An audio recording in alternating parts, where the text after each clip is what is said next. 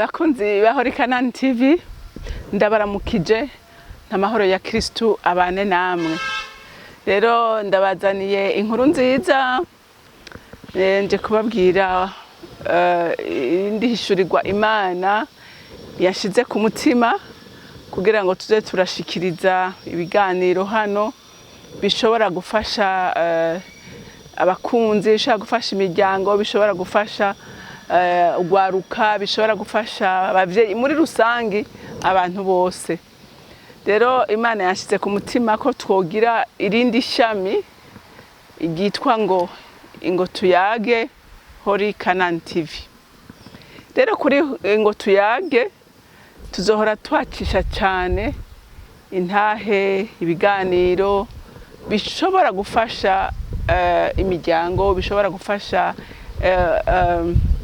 inzego zose, haba abamama, haba abapapa, haba ugwaruka, mu ngeri zose tuzohora tuganira kuri ivyo bintu, turondera abatumire bashobora kuza kudufasha gukora ico gikorwa.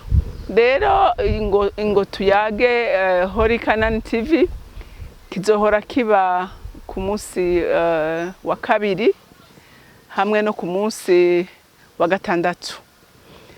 Hama kandi ubutumwa tuzohora tubutanga ku munsi wa mbere no ku munsi wa gatatu no ku munsi wa gatanu.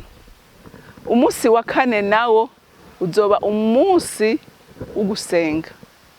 Tuzohora dusengera imitwaro itandukanye, dufashanye kuko ndazi ko iki gihe turimo n'igihe n'ukuri abantu benshi barushe, abantu benshi bacitse intege. Rero tuzoterana intege muri ubwo buryo, turondere n'abandi benshi badufasha.